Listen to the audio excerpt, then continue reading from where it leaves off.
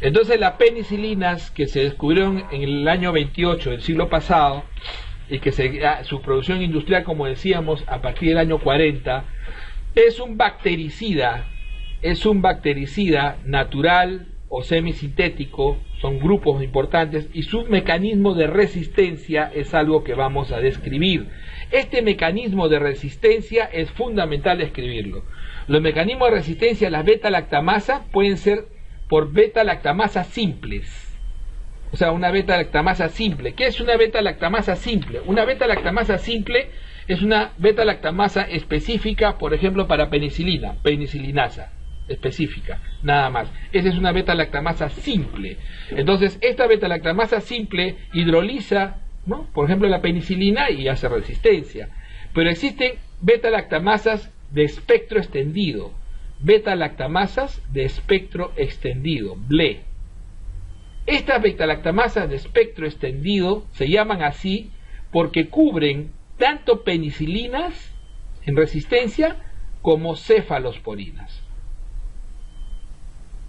Cubren tanto penicilinas como cefalosporinas. Entonces, estas bacterias, justo que las hemos definido, ven, son las enterobacterias. Es un grupo de enterobacterias que hoy en día se llaman productoras de beta-lactamasa de espectro extendido y que producen infecciones intrahospitalarias muy importantes, como por ejemplo infecciones urinarias, infecciones abdominales. Fundamentalmente, ¿quiénes producen esta beta-lactamasa de espectro extendido? La Escherichia coli, la Klebsiella, el Proteus, producen beta-lactamasa de espectro extendido, que es la característica de ser una beta-lactamasa que actúa permitiéndole resistir penicilina y cefalosporinas al mismo tiempo. O sea, hidrolizan tanto penicilina como cefalosporinas. ¿Qué usaré acá? Tendré que usar un carbapenem.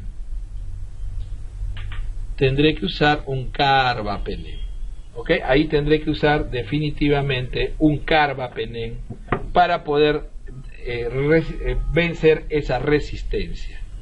Y existe un tercer grupo de beta-lactamasas importantes que se llaman las metalo-beta-lactamasas. Las metalo-beta-lactamasas o carbapemenasas.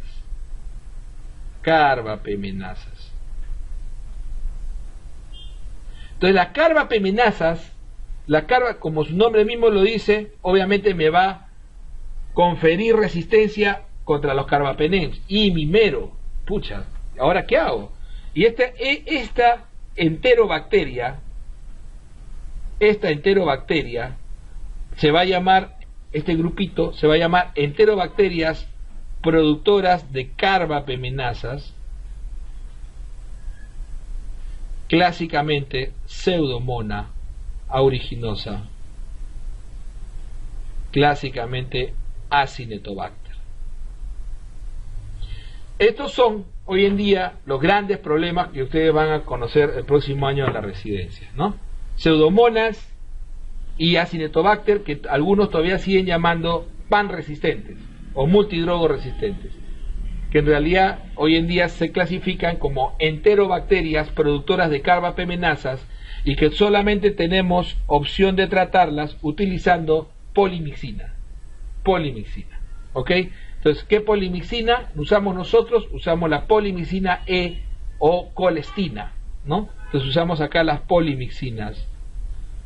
La polimixina E o colestina, que no se usa sola, se usa combinada con el mismo carbapenem, así sea resistente, e incluso se le suma cipro para tratar de vencer la resistencia, porque son bacterias muy resistentes, que hoy en día en todo el mundo es un grave problema.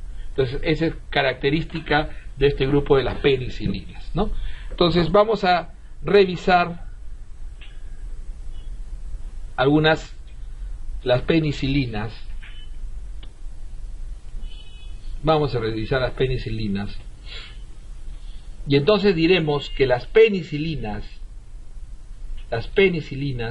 clásicamente las penicilinas naturales, la G, pueden ser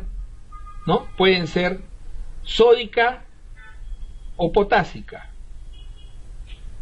Y estas por lo general van en una vida media que se deben dar entre 2 a cada 4 horas, incluso infusión continua dentro de los beta-lactámicos. Penicilina también se da en infusión continua, ¿ok? Se puede dar hoy en día en infusión continua. Entonces, penicilina G, que en su forma B es oral y que puede venir también asociada a algunas moléculas que le permiten una liberación más prolongada, como puede ser la procaína y puede ser el benzetacil. Lo que tenemos que acordarnos de las penicilinas fundamentalmente es que, por ejemplo, el benzetacil es la elección en sífilis. Siempre la gran indicación de las penicilinas naturales es sífilis, fundamentalmente sífilis, ¿ok? Entonces se usa fundamentalmente en sífilis el benzetacil.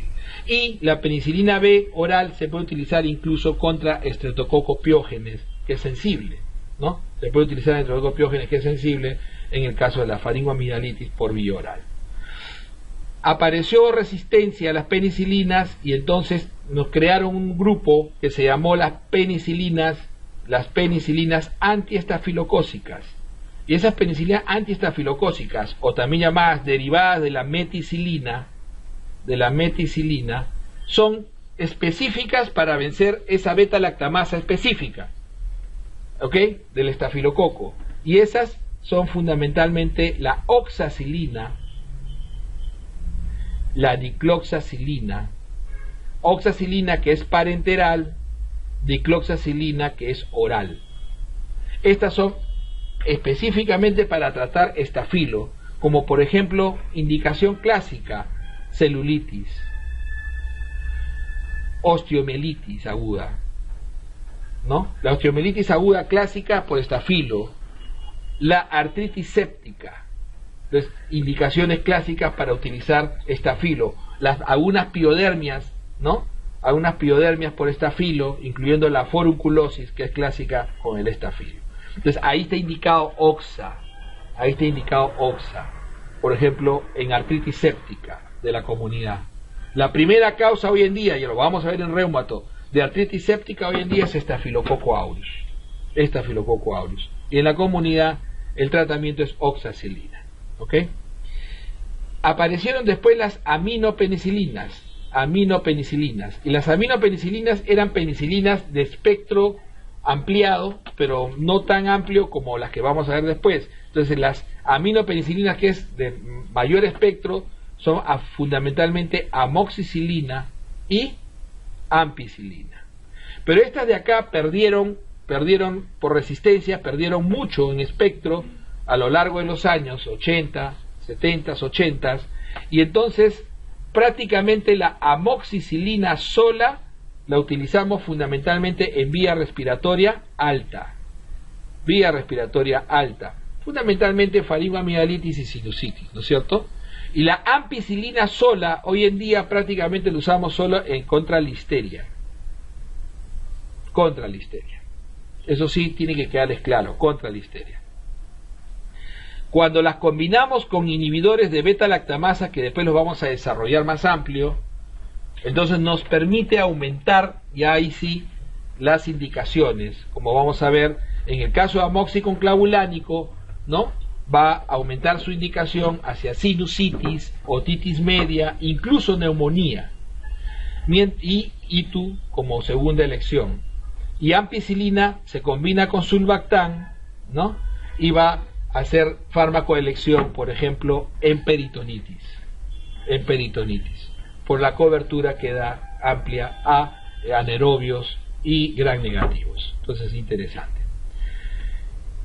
Las de amplio espectro fue lo que siguió acá. Las de amplio espectro teníamos entonces la piperacilina, la ticarcilina básicamente. También teníamos carbenicilina, aslocilina, meslocilina, ¿no? Que son las familias de las carboxipenicilinas y las ureidopenicilinas. Estas dejaron de usarse por completo. Estas eran netamente intrahospitalarias y antiseudomonas de los años 60, 70. Fueron perdiendo espectro y quedaron prácticamente olvidadas durante los años 90, hasta que se sumaron a inhibidores de beta-lactamasas.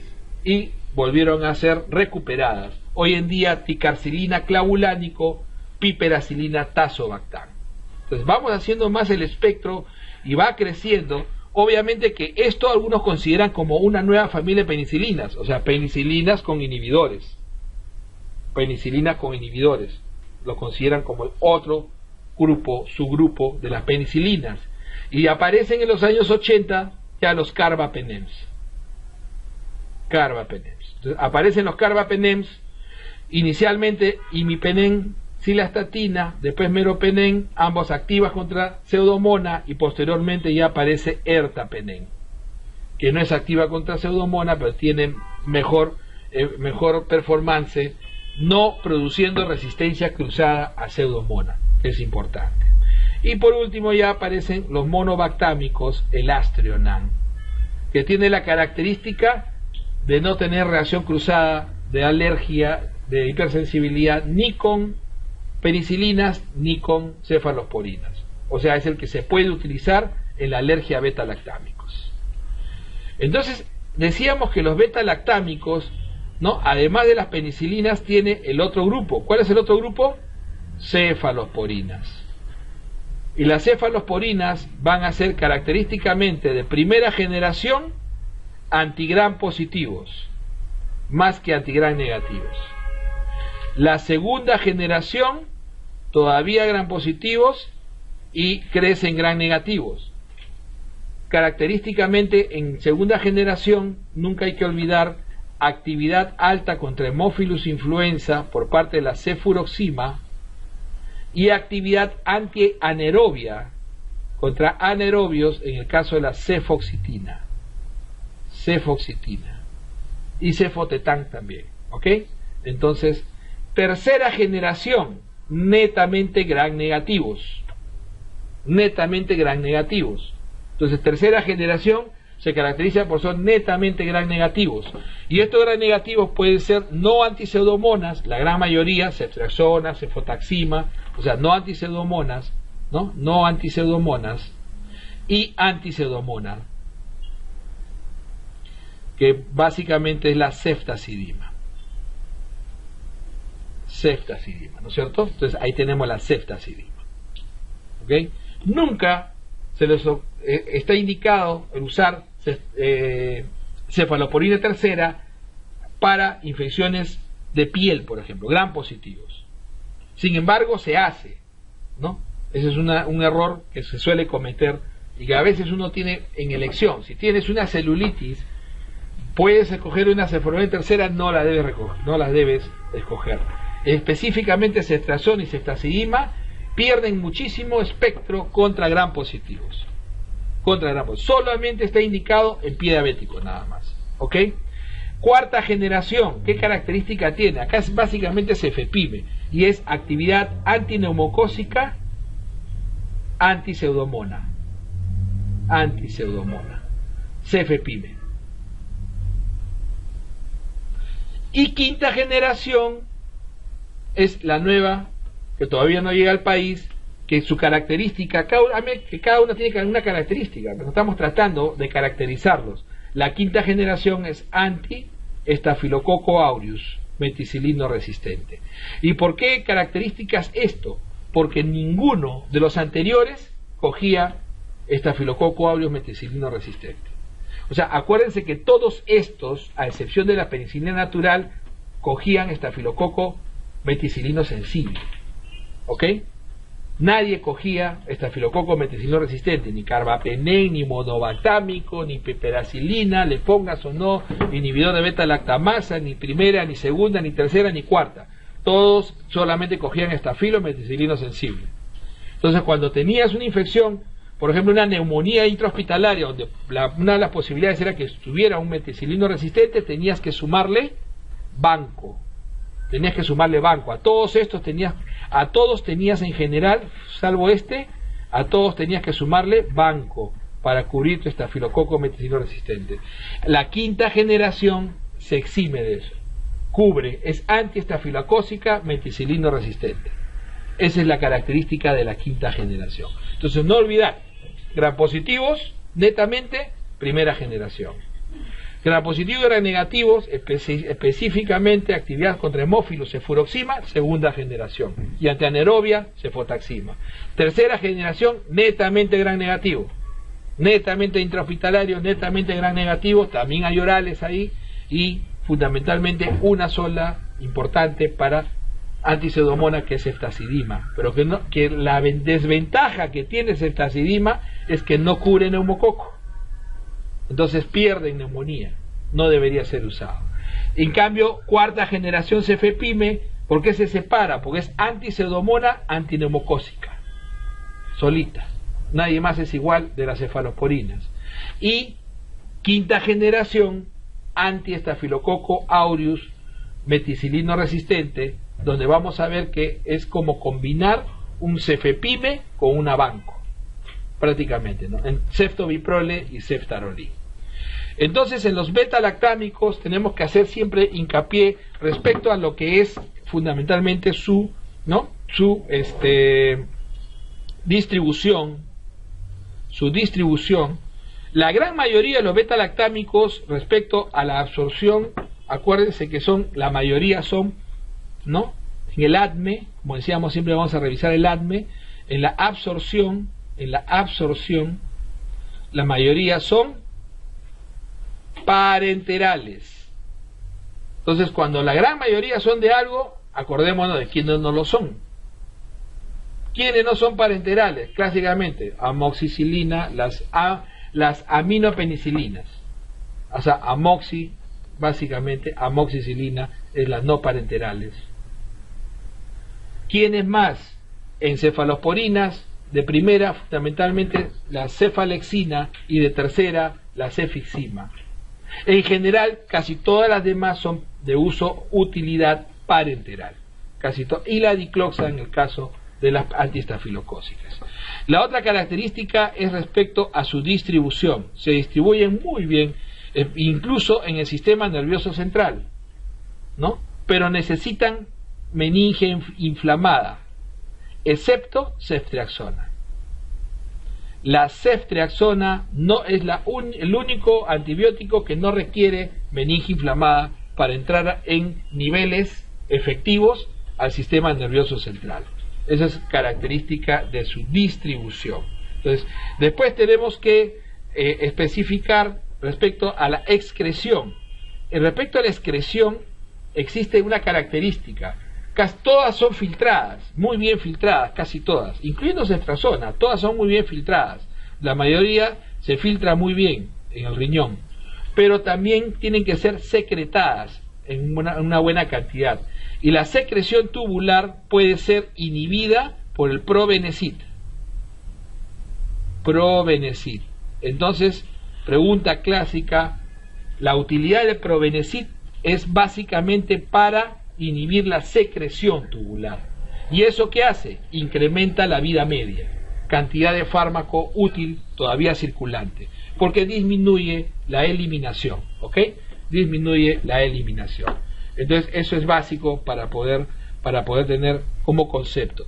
Otra característica la tiene, por ejemplo, el imipenem. El imipenem tiene una característica farmacocinética. El imipenem es inhibido por una enzima, una peptidasa tubular. Una peptidasa tubular. Esa peptidasa tubular inhibe la actividad del imipenem, y tiene que ser al mismo tiempo inhibida la peptidasa por la cilastatina. Otra característica que tiene que ser recordada siempre en la farmacocinética. Entonces, la cilastatina tiene que ir siempre con imipenem para que ésta pueda ser útil. Después, el medicamento por eso se denomina imipenem cilastatina. Otra característica farmacocinética importante es respecto a la amoxicilina, donde por eso es que la amoxicilina no se suele utilizar en vía parenteral, porque tiene una biodisponibilidad del 100% por vía oral. Eso es característico también, dato que tiene que ser bien definido para que ustedes lo conozcan. Entonces, la amoxicilina por vía oral tiene una biodisponibilidad del 100%. Entonces por eso es que su uso, ¿no? Su uso por vía oral es altamente efectivo y no requiere modificación para ser usado por vía parenteral, fundamentalmente. Entonces decíamos penicilinas, la B es la oral clásica y la G, como decíamos, sódica, procaína y benzatínica, ¿no? Generalmente 24 horas le da la procaína y la benzatínica 3 a 7 días. Las indicaciones fundamentales de las penicilinas es no olvidarse nunca sífilis, fundamentalmente sífilis, siempre asociado al uso de benzatínica, 2.4 millones, sífilis. También es útil, claro, en anaerobios, pero en infecciones de piso de boca, ahí es donde tiene actividad, ¿no es cierto? Y faringoamigdalitis, obviamente, sigue siendo primera elección penicilina. Entonces siempre acordarse de utilizar, cuando nos pongan en una pregunta faringoamigdalitis, buscar penicilina, de preferencia la B, pero penicilina, ¿no? Penicilina. Profilaxis de fiebre reumática también es otra indicación activa hoy en día, ¿ok? Y la endocarditis clásica también es una indicación cuando se sospecha de que sea en válvula nativa por estreptococo básicamente sensible a penicilina. Entonces la sífilis, cuando uno trata la sífilis puede producirse la reacción de Harris-Hersheimer, que es una reacción típica de destrucción de bacteria que libera mediadores. Entonces, cuando uno trata al paciente con sífilis, puede producir esta reacción en la cual el paciente lo que hace fundamentalmente es fiebre. Y esta fiebre, asociada a esa mialgia, taquicardia, se produce por liberación de mediadores al momento de destruir los treponemas, ¿no? Destruir los treponemas. Esto tiene correlación en el tratamiento con otras circunstancias muy parecidas. Por ejemplo, neumocistis carini también tiene esta característica. Cuando uno trata neumonía por neumocistis, también a las primeras 48 horas puede producir edema agudo pulmonar por la alta destrucción de neumocistis y que produce un proceso inflamatorio, y por eso que se utiliza generalmente al principio asociado a corticoides. Con esto le digo que la reacción generalmente se suele asociar a prednisona para disminuir el efecto cuando es muy intenso, ¿ok? Es una característica que se puede ver, es una pregunta clásica siempre de las penicilinas, ¿ok? 2.4 eso, y ya las especificaciones de las latentes, secundaria, terciaria, esa la van a ver ya con en infecto, ¿ok? Las penicilinas que habíamos hablado, antiestafilocócicas, meticilinos sensibles, obviamente es este grupo, el grupo de la dicloxa-oxa parenteral, dicloxa oral. Los americanos usan nafcilina. Nosotros nunca hemos tenido nafcilina, pero no creo, sería de locos que hicieran una pregunta de este tipo, pero todo puede suceder, ¿no es cierto? Entonces, nafcilina es lo que se usa parenteral en Estados Unidos. Nosotros usamos oxacilina. La indicación básicamente de estas, como les dije en un momento, es celulitis, osteomielitis son las más importantes, las piodermias fundamentalmente, y acá falta una importante que es la artritis séptica. Porque la artritis séptica, la primera causa hoy en día es Staphylococcus aureus, ¿ok? Clásicamente. Las reacciones adversas a esta, el mecanismo de acción siempre es el mismo, ¿eh? Inhibición de la pared, ¿no? De la formación de la pared celular, ¿no? Interfiriendo en la transpeptidación final, ¿no? Del péptido glicano, clásicamente. Aminopenicilinas. Las aminopenicilinas son unas penicilinas de rango intermedio, ¿ok? Amoxi y ampicilina, clásicamente. La amoxicilina, como decíamos, 100% de biodisponibilidad oral, ¿no? Hoy en día sola se suele utilizar básicamente en vía respiratoria alta, ¿sí, no? Faringitis y sinusitis sensible. Y la ampicilina sola hoy en día se suele usar solamente en listeria, que se asocia a meningitis, como habíamos dicho en algún momento. Fundamentalmente la actividad de ambas se ve recuperada cuando se asuma a ácido clavulánico y en el caso de la ampicilina a sulbactam. De eso lo vamos a ver a continuación. De igual manera, estas se llaman penicilinas de amplio espectro. Penicilinas de amplio espectro, ¿no? Penicilinas de amplio espectro, ¿no? Muy utilizadas en los años 60 y 70. Estas eran las penicilinas de elección para tratar pseudomonas e infecciones intrahospitalarias fundamentalmente. Dentro de estas estaban las carboxi, ticarcilina a la cabeza, y las ureido, piperacilina a la cabeza. Como tal, ticarcilina o piperacilina hoy en día solas no son útiles para nada. Ya no tienen efectividad de ningún tipo. Pero hoy en día estas se han combinado, ticarcilina con clavulánico y piperacilina con tazobactam. Entonces aparecen los inhibidores de la beta-lactamasa.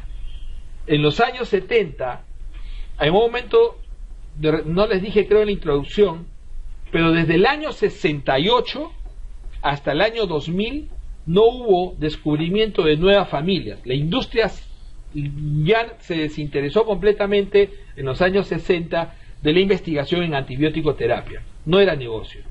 Entonces, desde el año 68 no se descubría familias nuevas. Entonces, los investigadores, ante la emergencia y resistencia, comenzaron a utilizar otras estrategias, y una de ellas era, ¿cuál mecanismo de resistencia más importante? Era enzimático, beta-lactamasas, ¿no es cierto? Entonces, ¿qué se hace para detener una enzima en laboratorio? Se utiliza un inhibidor competitivo. Inhibidor competitivo. Y estos son los inhibidores de beta-lactamasa. Son inhibidores competitivos. En realidad los inhibidores de beta-lactamasa son beta-lactámicos también, pero no tienen actividad antibiótica. ¿Pero qué características tienen? Tienen alta afinidad por la beta-lactamasa y se asocian en forma, ¿no?, irreversible.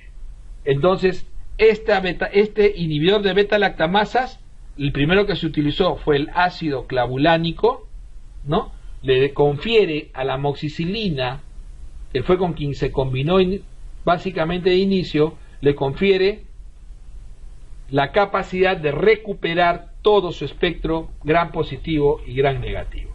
Entonces, hasta el día de hoy, eso se mantiene, ¿no? Amoxicilina con ácido clavulánico. Pero ¿a qué amplió? Porque, ojo, que recupera, yo me recupero todo mi poder, pero ¿a qué amplío? ¿Se amplió algo? Sí, se amplió algo, se amplió a anaerobios, Eso fue interesantísimo porque no tenían estos medicamentos actividad antianaeróbica. Entonces de pronto apareció que tenían actividad antianaeróbica, ¿no?, importante.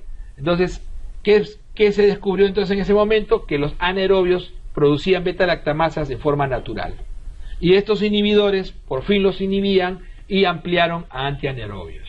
Entonces, este es amoxicilina con ácido clavulánico. Después se separaron los que se llaman sulfonados, los inhibidores sulfonados, sulbactam y tazobactam. Y esto se combinó, claro, la combinación es por estabilidad química, a ampicilina más sulbactam. ¿Ok? Ampicilina con sulbactam. Esta ampicilina sulbactam tiene una alta actividad antianaerobia también, y hoy en día es de elección intrahospitalaria, ¿no?, para peritonitis. Tanto para peritonitis espontánea, colangitis, ¿no?, Pues entonces, mientras no haya sospecha de pseudomona, ampicilina sulbactam es de elección en peritonitis. Además está dentro del grupo de los antineumocócicos. También se puede utilizar contra neumococo en forma activa en neumonía. Importantísimo. Amoxiclavulánico, gracias a este añadido, el amoxiclavulánico, que hoy en día es uno de los más usos, el amoxiclavulánico es la elección hoy en día en sinusitis, primera elección. Es uno de los fármacos que se puede utilizar en otitis media, además obviamente la faringitis, y en la neumonía y la comunidad, cuando se necesita asociar el macrólido a un beta-lactámico. ¿Se acuerdan que le decía que cuando hay factores de riesgo, ya no puedo usar solamente el acitro, y tengo que asociarlo a un beta-lactámico? Uno de los beta-lactámicos que se suele preferir es el amoxiclavulánico en la comunidad, uno de los más usados.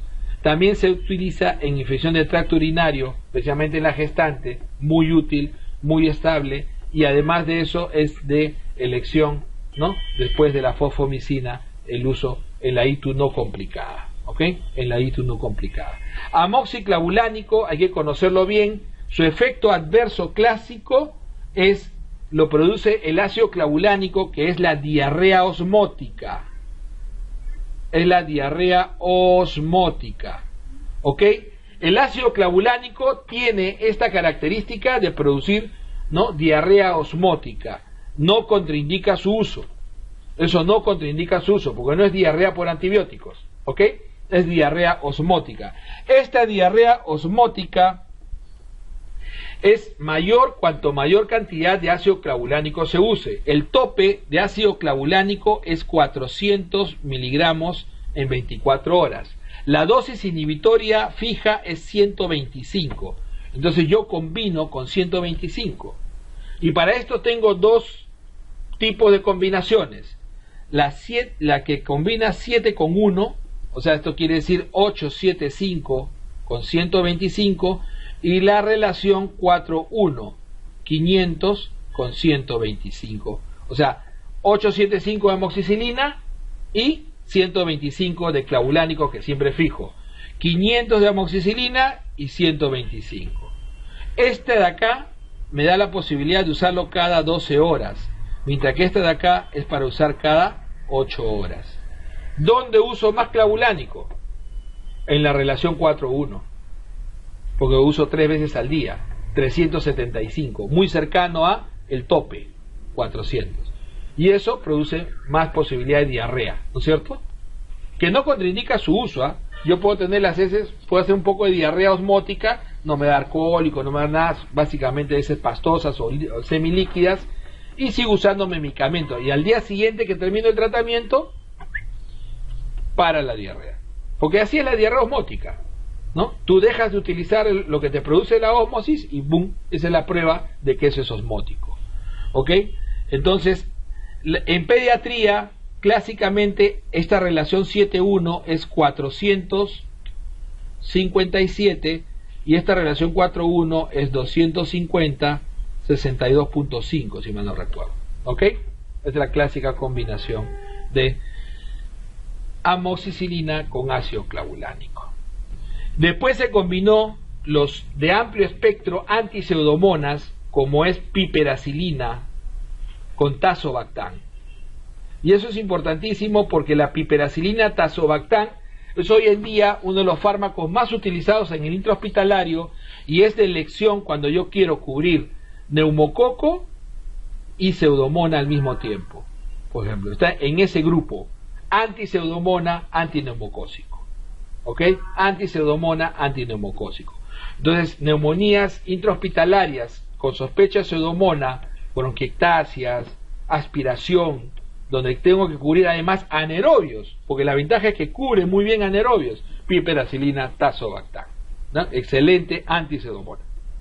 Ticarcilina clavulánico no está hoy en día en uso en el país, lo tuvimos un par de años, entre el 2001 y 2003, pero de ahí fue retirado, pero es un excelente medicamento que se usa en otras partes del mundo, ¿ok? Nosotros no lo tenemos útil acá. Hay otras combinaciones, ¿no?, que hay en el mundo, como cefixima, que es cefalosporina tercera combinada con sulbactam, que en el Perú tampoco se utiliza, no se usa tampoco en Europa ni en Estados Unidos, es un producto hindú muy bien estudiado, y hay combinaciones espurias, ¿no? Esas combinaciones hechas en la cocina de alguien, ¿no? Esa es combinación argentina, amoxicilina con sulbactam, ¿no? Que se vende en el Perú con el nombre de Sulbamox, ¿no es cierto? De repente por ahí lo han visto, vagó. ¿Por qué le digo espuria? Porque ustedes revisen en cualquier libro que se respete de infectología o de antibióticos, las referencias, que se las voy a subir, me gustaría que las tengan, el Sanford, que ya deben haber utilizado alguna vez, Antibiotic Essential, que es un libro lindo para antibiótico-terapia, y el Mandel, que es la Biblia de infectología.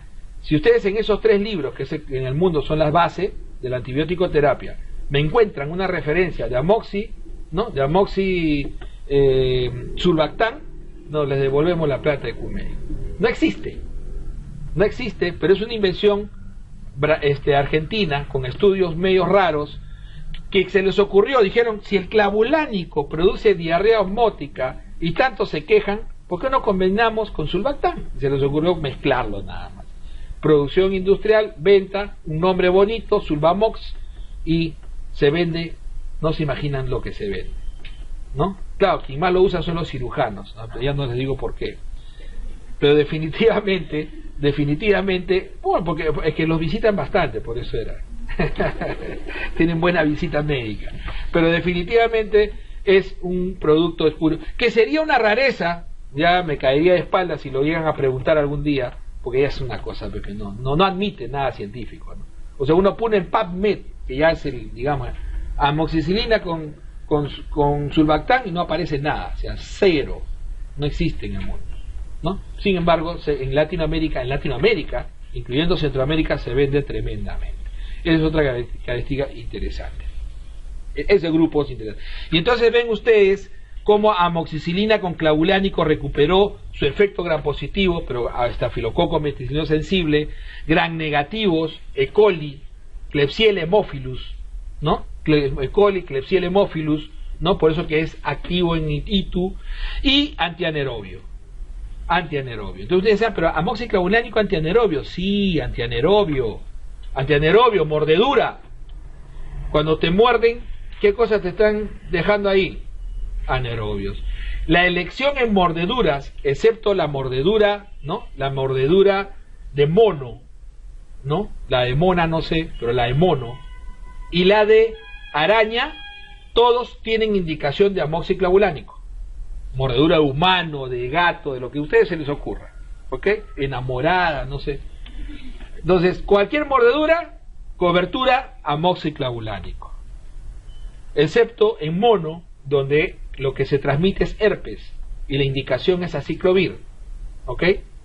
O mordedura de araña, donde lo que no hay infección de por medio y lo que se utiliza es Dapsol, ¿ok? Entonces esa es elección. Ampicilina sulbactam, como habíamos dicho, peritonitis, ¿no?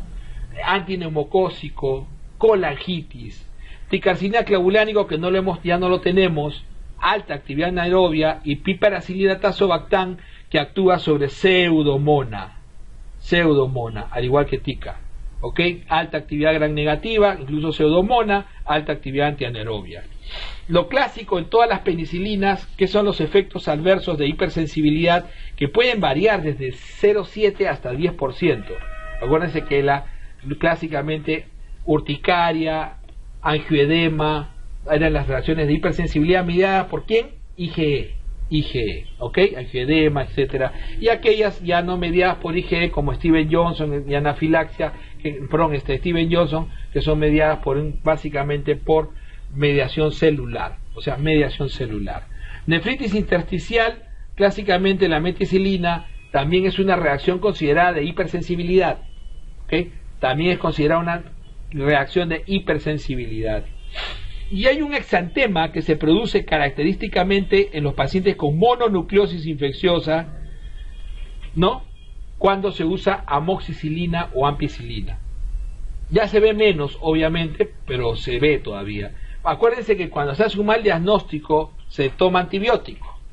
La mononucleosis infecciosa es netamente viral. 90% es Epstein-Barr. el otro 10% se lo reparten citomegalovirus, VIH y herpes virus. Entonces, el 90% es Epstein-Barr fundamentalmente.